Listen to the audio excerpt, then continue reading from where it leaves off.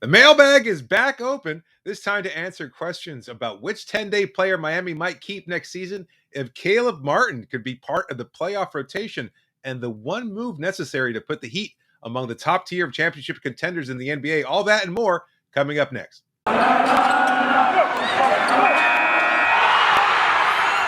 are Locked On Heat, your daily Miami Heat podcast.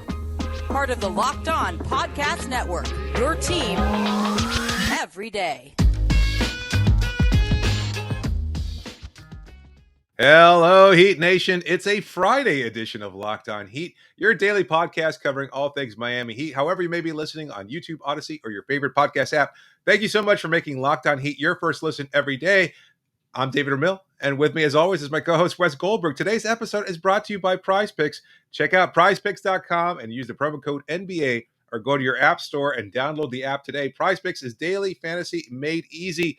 We are recording this episode, the part 2 of a 2-part mailbag on Wednesday, just before Miami takes on the Portland Trailblazers. If you didn't check out part 1 of the mailbag episode, make sure you do that. That dropped late Tuesday. It's a great episode, great questions, of course, as always, but we had so many. We just had to find a way to make a second episode out of this. So that's what today's episode is all about. So here, let's launch right into it, Wes. The first question comes in from Narayanan. He asks, even the most optimistic fan in me feels that the Miami Heat, even when healthy, and then in parentheses says, not counting Oladipo, are a tier below the Suns/Nets/Dubs/Bucks.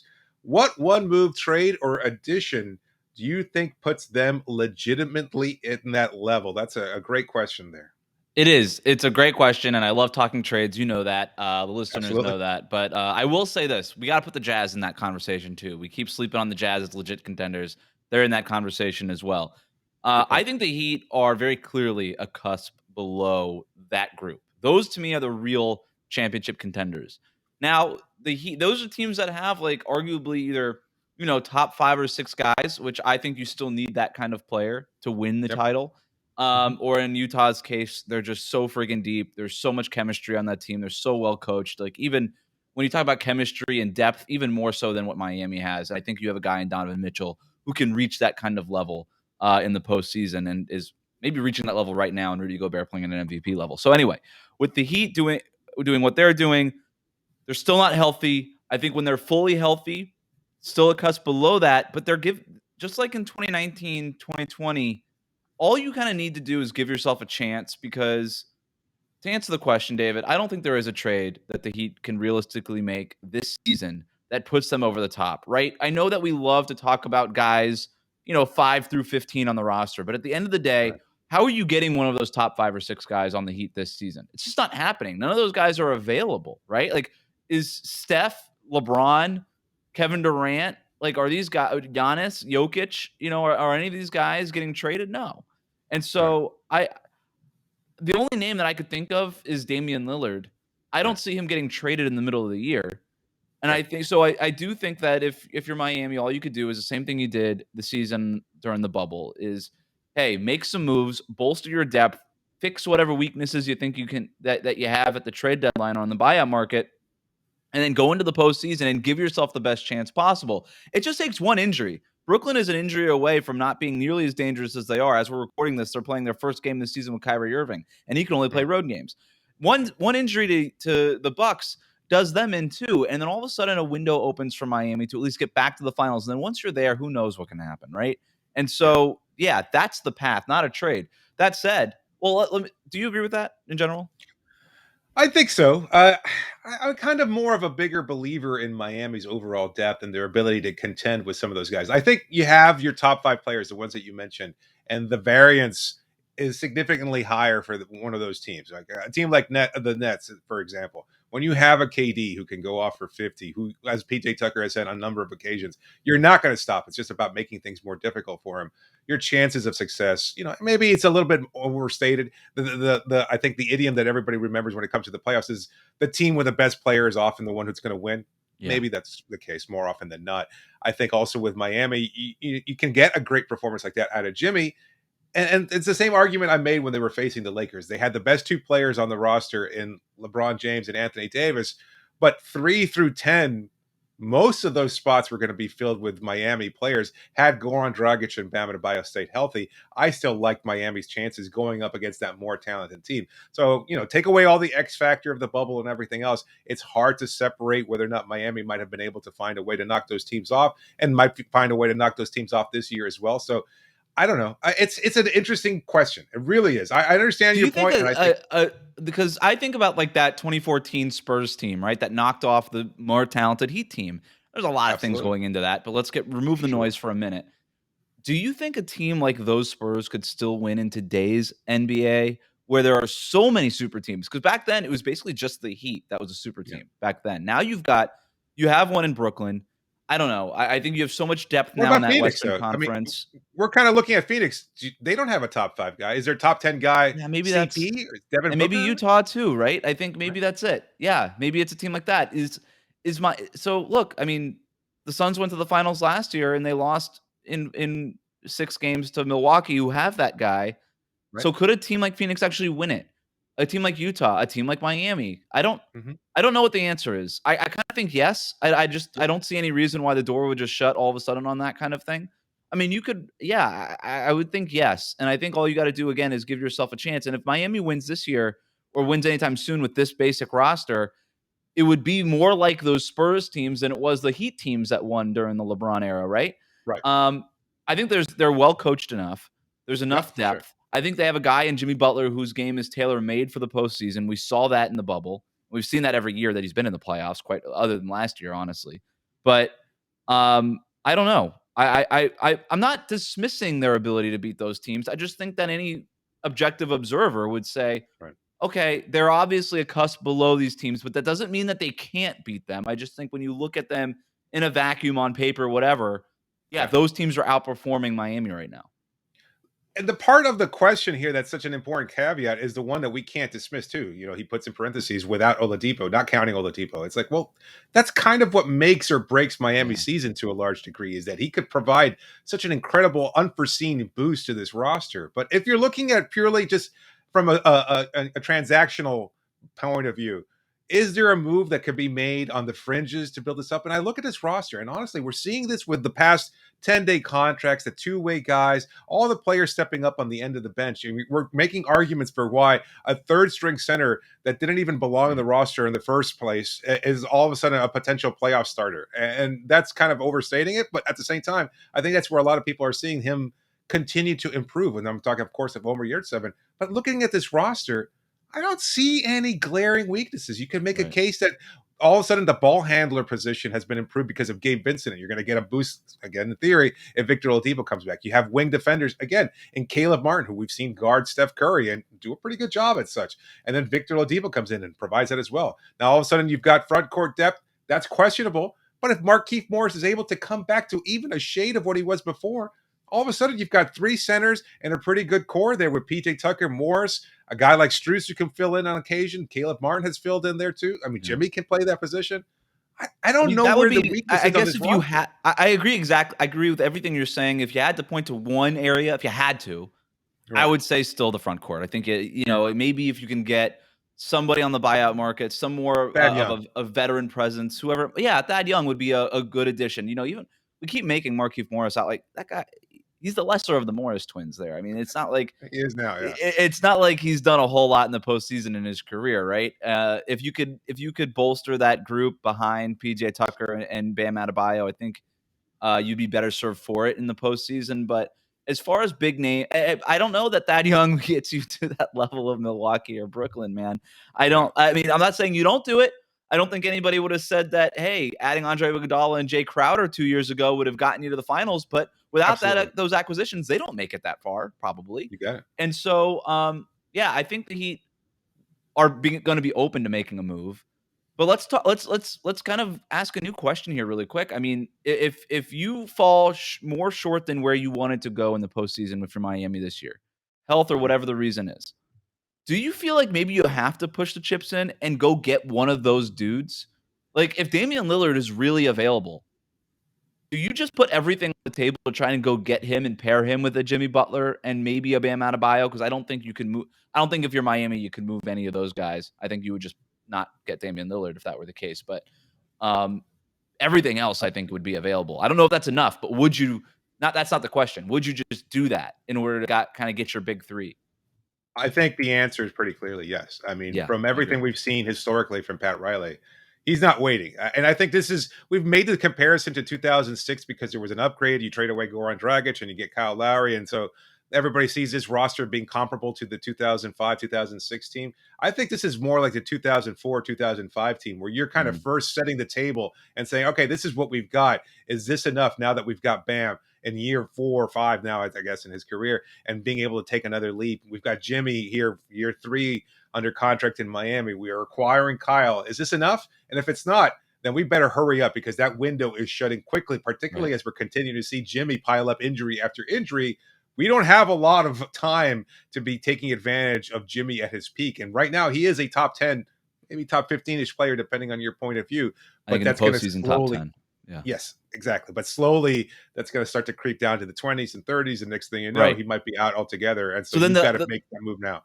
Then the next part in that decision, tree would be, can Bam Adebayo be that guy for you? Maybe not necessarily now, but as Jimmy kind of goes from top 10 to top 20 to top 30 to top 40, by the time Bam is top 30, for example, is Bam a top 10 guy? Could he be that guy? Look, they have said there's no ceiling on him, and we haven't watched him play in quite a while. I still believe that there is no ceiling on Bam Adebayo. If a guy like Joel Embiid and Nikola Jokic could be that guy, I have no reason why to think that Bam Adebayo couldn't. I mean, if those centers can, why can't this center be one? With his skill set and the way that he plays and where the game is going, most certainly. I don't know. And then the other part of that is, if we continue down this decision tree, is what do you make of Tyler Herro? Because kind of what I didn't say, the unspoken thing that I basically just said in the Damian Lillard question was, would you trade Tyler Herro and whatever else for Damian Lillard? Kind of same question to you, David. Would you trade Tyler Herro and whatever else, protecting Jimmy and Bam, for Bradley Beal? Would you do it for Beal or Ben Simmons? Not Ben Simmons. I think they have enough defensively between the Jimmy and Bam duo, but I think, yes, certainly for Beal, because that's you would do it for Beal. Commodity. But Pat Riley absolutely would. I think would you? No, I would not. But again, this is my problem. My problem is also, one, I like the youth, and one, I don't care about titles as much as 95% of the fan base. Yeah, that's true. You're anti-championship. The real winning is just the competing. I'm not the anti-championship. Look, man, I've been at this too long to just ignore chemistry and fun and everything else like that. So, to me, I look at this group. They're going to compete. They're going to be great. I like the way that they're building for things. Does Bradley Beal immediately make them that much better? I would argue that Pat Riley does believe that's the case. I think Beal would make you marginally better. I think he would move the needle. I don't think he would move it enough. Like, Beal's not one of those top 10 guys. Yeah, you're not getting an even swap here. Right. It's not it's a Herro for Beal isn't an even swap, but I don't think it makes you so much better that you're like, all right, now we're a title team. I think if you have and the amount of, like, it wouldn't just be Herro for Beal straight up, I would presume. It would be all this other stuff. So I actually think you could be worse in a weird way, potentially. Right. So that's a point. I don't think I would do it. I don't think I would do it for Beal. I think there's also an opportunity cost argument. Like, you just hold on to your chips until maybe something like Damian Lillard is a realistic option and viable, or you just keep this going and just say, all right, how good can Tyler and Bam be? And maybe that's really our championship window, not Jimmy. And Jimmy just kind of keeps us in the mix for a while. Yeah, I mean, it's the basic argument is, do you have the superstars already in place? And I don't know if Miami feels that they do. I think that they kind of are leaning that, between the fact that you have two top 25 guys. It kind of puts you in the same category, at least close enough, so that basically your strength is 3 through 10 on this roster is better than your opponent's 3 through 10. And given the case, I like Miami's chances. I don't know. It's a tough call. There's no exact recipe for winning, especially during this season. We don't even know how health and safety protocols could potentially jeopardize or throw a playoff series off kilter. What if all of a sudden you're going up against Giannis and the Bucks are up 2-0 over Miami or any team, and all of a sudden Giannis goes into health and safety protocols? Then the NBA will just keep letting Giannis play like they did in the finals. But it's again, going back to the original point, all you could do if you're the Heat, or really any team, because there's no guaranteed winner this year, give yourself a chance, because you never know what's going to happen. And the Heat have done that. Yeah. Well, speaking of getting a chance, we'll continue answering some more questions later on the show. But first of all, if you're an NBA fanatic and if you're listening to this show or watching it on YouTube, then you're absolutely an NBA fanatic. Have you heard about Prize Picks? Prize Picks is daily fantasy made easy. Prize Picks has the best NBA DFS prop game on the market, offering more NBA props than anywhere else, and offers all the superstar players as well as bench players, only recording a handful of minutes each game. All of your users that deposit and use the promo code NBA will receive a 100% instant deposit match up to $100. Just be sure to use that promo code NBA. You pick 2 to 5 players and an over-under on their projections, and you can win up to 10 times on any entry, and it's just you versus the projected numbers. Use the award-winning app on both the App Store and Google Play. Entries can be made in 60 seconds or less. It's that easy. Don't hesitate. Check out prizepicks.com and use the promo code NBA, or go to your App Store and download the app today. Prize Picks is daily fantasy made easy. And don't forget, there's a sound that I'm looking for. Oh, that's the sound I'm looking for. That's the sound I love some more. It's the sound of another sale on Shopify, the all-in-one commerce platform to start, run, and grow your business. Shopify gives entrepreneurs and resources once reserved for big business. So upstarts, startups, and established businesses alike can sell everywhere, synchronize online and in-person sales, and effortlessly stay informed. Scaling your business is a journey of endless possibilities. Believe me, this podcast started out selling all kinds of different things, and now we're selling, well, McDonald's recently and all sorts of great products that you should all be checking out. Like mine, Shopify powers millions of businesses from first sale to full scale. Reach customers online and across social networks with an ever-growing suite of channel integrations and apps, including Facebook, Instagram, TikTok, Pinterest, and more. More than a store, Shopify grows with you. This is possibility powered by Shopify. Go to shopify.com/LockedOnNBA, all lowercase, for a free 14-day trial and get a full access to Shopify's entire suite of features. Grow your business with Shopify today. Go to shopify.com/LockedOnNBA right now. That's shopify.com/LockedOnNBA. Thanks so much for making Locked On Heat your first listen every day. As always, please make sure to subscribe to the show wherever you get it, on YouTube or on your favorite podcast app. All content is always free and available, so make sure you check that out.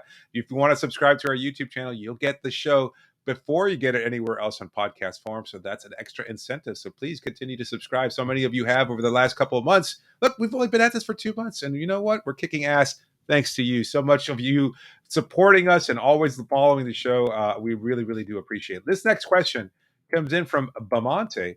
In an expansion team like redraft, he asks, if Miami's able to protect 7 players and their contracts, who are they looking to locking in, to finish the season, provided it for some reason happened in midseason? So there's a lot to break down in Bamonte's question here. But basically, we're looking at this as an expansion type draft. Yeah, and I actually thought we could take it another step, like just drafting the players in the Heat. Like if you're the front office and this were to happen, and the Seattle Supersonics come back in the middle of the season, and you're like, all right, I guess we're doing this. You would kind of do your own little draft with your own roster, wouldn't you? And so I think the number 1 pick would be Bam Adebayo. I don't think there's any doubt about that. So just that's easy. Number 2 would be Jimmy Butler, right?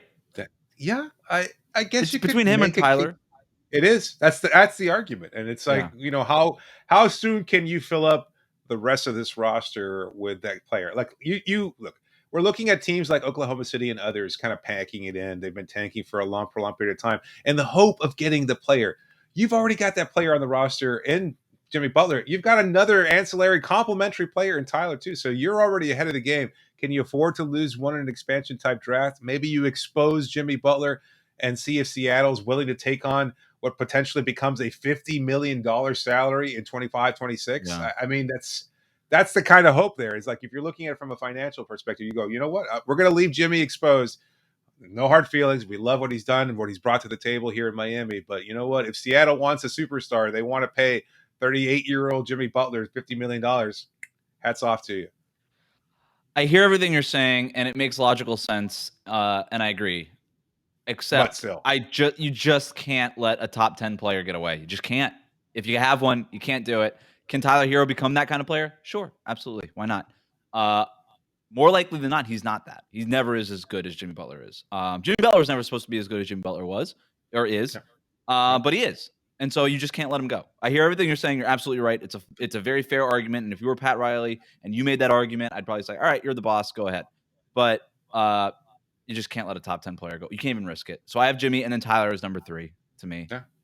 But those are a pretty clear top 3. And after that, Yeah. I think it gets sort of interesting. You could really start, I think, to overthink this. All right, what do you do with Duncan Robinson and a guy like Victor Oladipo or PJ Tucker on a value? Just save Kyle Lowry. Don't overthink this. I know he's old. I know the contract doesn't look great in the next few years. I don't care. He's still an all-star caliber point guard. Save Kyle Lowry. Any disagreement with there? No, I think it's the same argument though. I see when I saw this question come in, I looked at it specifically as the expansion type draft, not even kind of an internal redraft of the roster. So I'm kind of like I'm forced to have a paradigm shift in mid question here.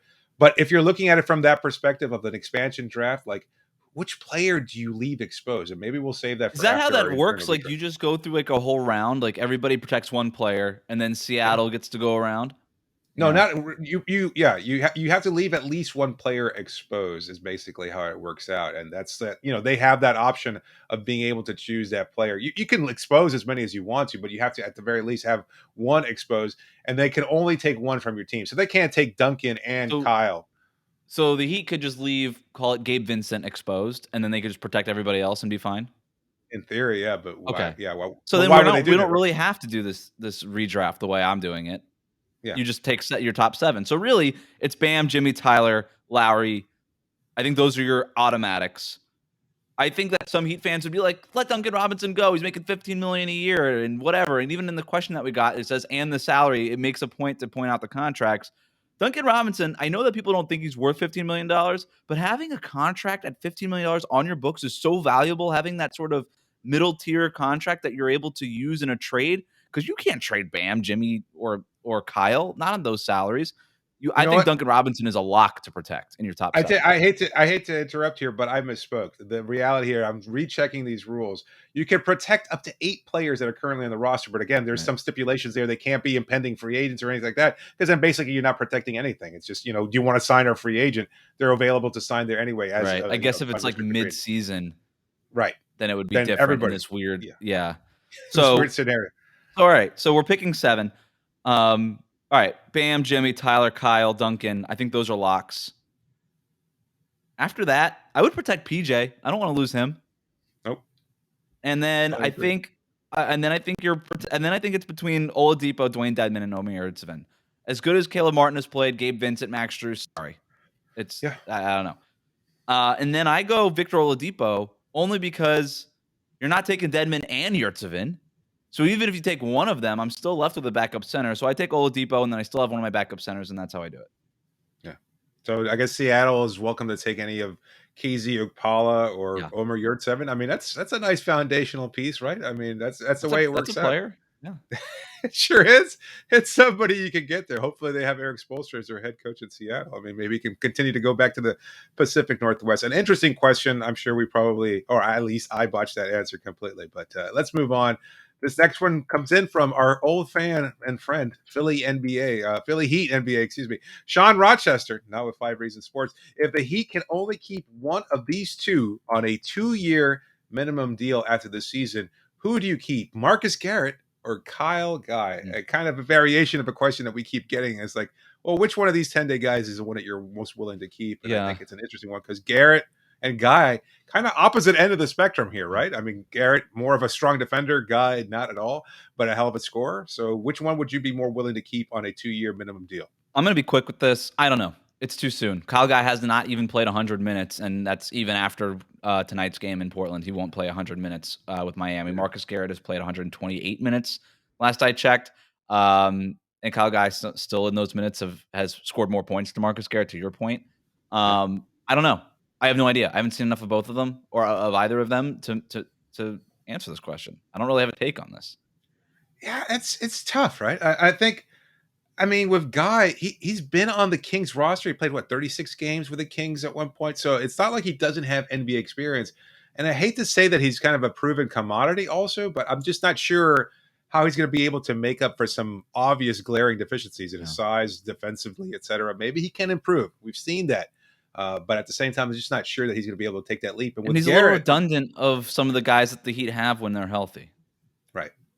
So my pick, probably Garrett, and that's not a Okay. knock on Guy at all, who I think is a great player and can carve out a role for himself at the NBA level, just not necessarily with this team. He might not be the best fit for Miami, and we talk about this all the time.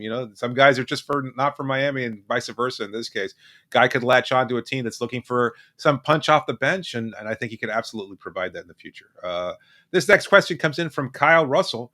Caleb Martin has shown he's a rotational level player, something we've talked about a lot. At the very least for the regular season, do you think he is a playoff rotation player, or could he be more matchup dependent? Great question. Yeah, so I think we kind of we kind of just paint with a large brush here what a playoff rotation player is, and there's different kinds of playoff rotations, right? You have your first round playoff rotation, which I would argue is basically the same as your regular season rotation. And you Right. tighten it up a little bit in the second round, and if you're fortunate enough to make it to the conference finals, then you're really starting to talk about a NBA finals type of rotation of your top 8 or 9 guys. I would argue that Caleb Martin is a first round playoff rotation guy, depending on the matchup, but he absolutely could play in those games. And maybe, again, depending on the matchup, a second round rotation guy. I don't think he's much further than that. Why? Well, I'm curious. Like, what's the argument for why he couldn't get some minutes in the Eastern Conference Finals or NBA Finals? I mean, he could. I don't think it'd be ideal, but look, he's developed as an on-ball stopper here. The Mhm. performance against Steph Curry is going to go on his highlight reel at the end of the season. That's going on his Sure. resume. But Absolutely. we got to see if that's true, or because Steph missed a bunch of open shots he usually makes, including layups. So we'll see, right? But you love the effort, you love the energy. He's recognizing things. I have a whole Twitter thread about this, about how he's recognizing Yeah. switches and all this stuff, but he's still got a ways to go on that end. But you like to see the energy. He's crazy athletic. But look, he's not huge. So in certain Mhm. matchups, that could be a problem because I don't think he's enough of a ball handler to play out on the He's not. perimeter all the time. He's not. And No. so, and then defensively, again, like he's somebody who I think if you're an opponent and you're really looking at something to pick at on Miami and he's on the floor, I think he could still be a guy that you pick at a little bit, just because of his inexperience and lack of size in certain matchups. So I don't know. I think that there's just more experience on this roster that you would prefer to go to later in the playoffs.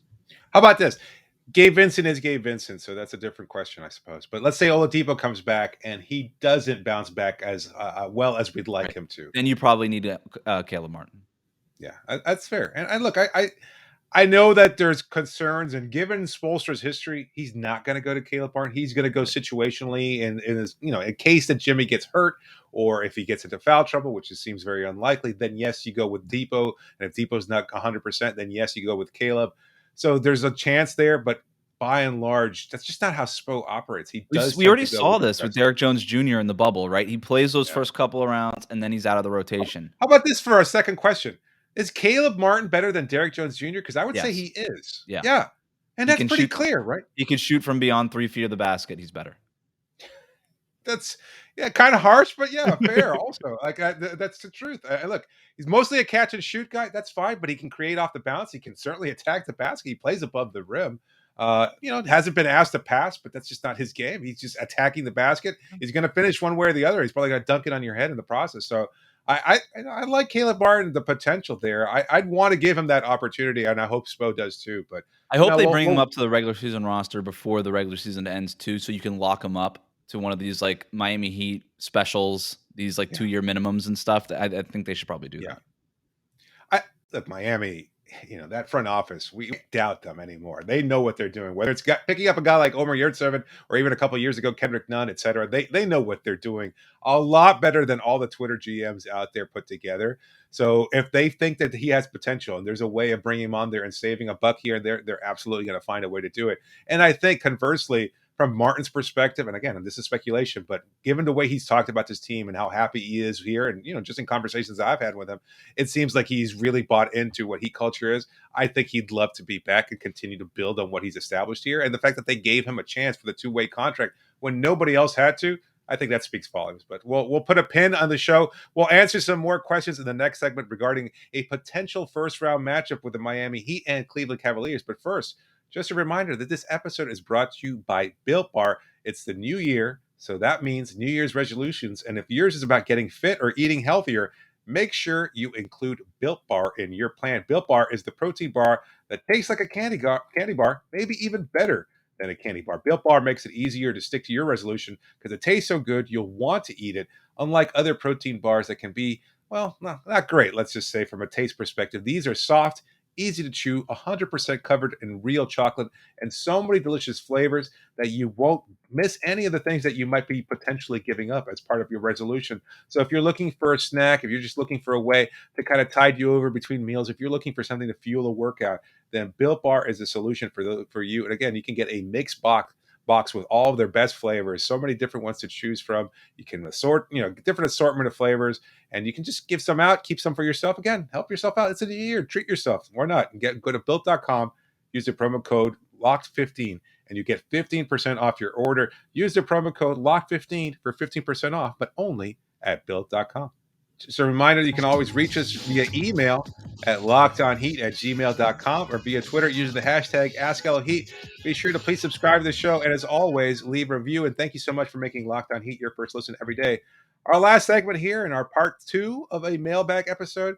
This one comes from our pal Pete, who writes in, now that we're into the new year and we are hovering around the 4th and 5th seed with the Cleveland Cavaliers, we need to prepare for that possible first round matchup, which I am sure Spo is already doing. Do you think we have all the horses needed for that Cavs matchup? So first of all, Wes, I'm curious, do you really think Spo is already preparing for a first round matchup? Yeah, No.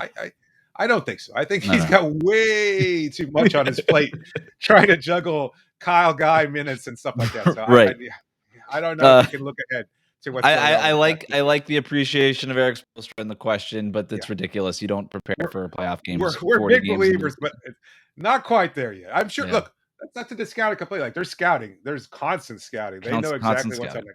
Yeah, that's happening, but not just not looking ahead to matchups just yet. But anyway, do we have the horses for a Cavs matchup?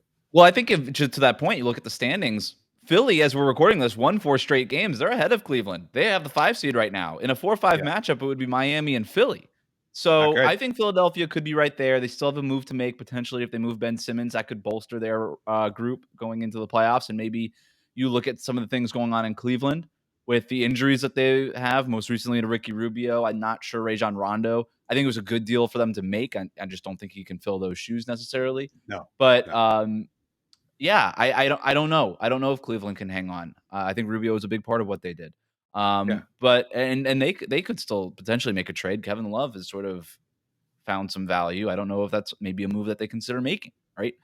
Since they're more rebuilding, and maybe you can get something as far as a future asset for Love in return. But that said, it kind of goes the same way for Cavs or Philly. I love that Cavs team. I'm a big believer in what they do. I said the last time that these teams played, really cool what they're building. Mm-hmm. Kind of a first rounded out team. And then in our comments, Cavaliers fans found us and then just ripped me apart. I don't know why. I don't know. I'm like, all right, you think Darius Garland and Evan Mobley in as 22-year-olds and 18-year-olds are going to lead you to the finals? Cool. Great. Congrats. Like, it seems like you've got really good, reasonable expectations. But yeah, I just think that if it's Cleveland or Philly, you're looking at a size disadvantage if you're Miami. So I think you need to utilize your passing. I think Miami is one of the best passing teams in the league when healthy. Your off-ball movement, your ball movement in general, and your speed, right? You just think about, you can go 2006 Florida Marlins, or not 2006, 2003 Florida Marlins, New York Yankees.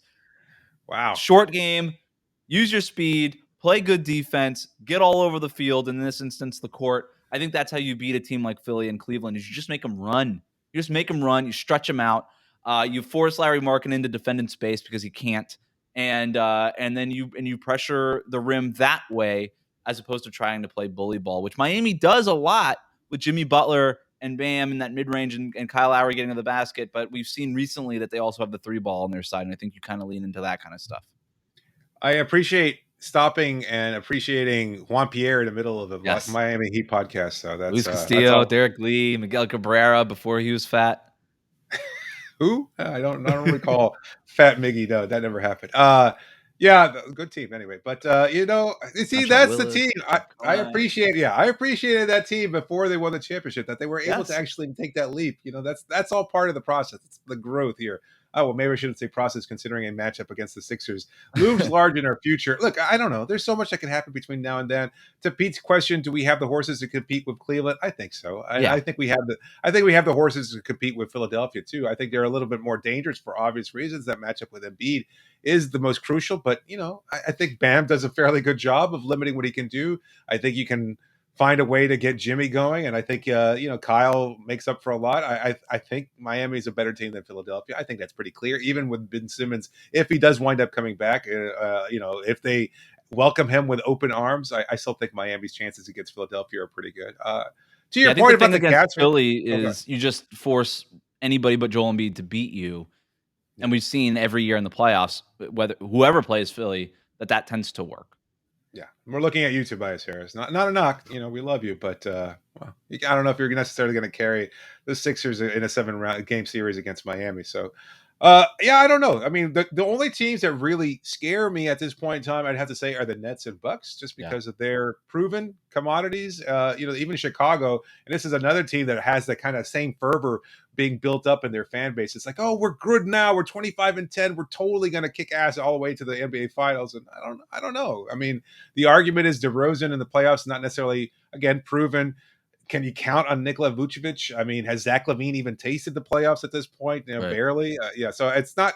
They don't They have have a lot depth there. issues. I think Chicago is another one of these teams that has a move to make at the deadline, and if they do, like, they're a really interesting Jeremy Grant team, right? Like, you just push all your chips in and go get him. Yeah, I will rephrase what you said as far as teams that scare you. The only teams that are just clearly better than Miami, I think, are Milwaukee and Brooklyn. And then after that, I think the Heat are either better than some of these other teams or right on the same level in the case of Chicago.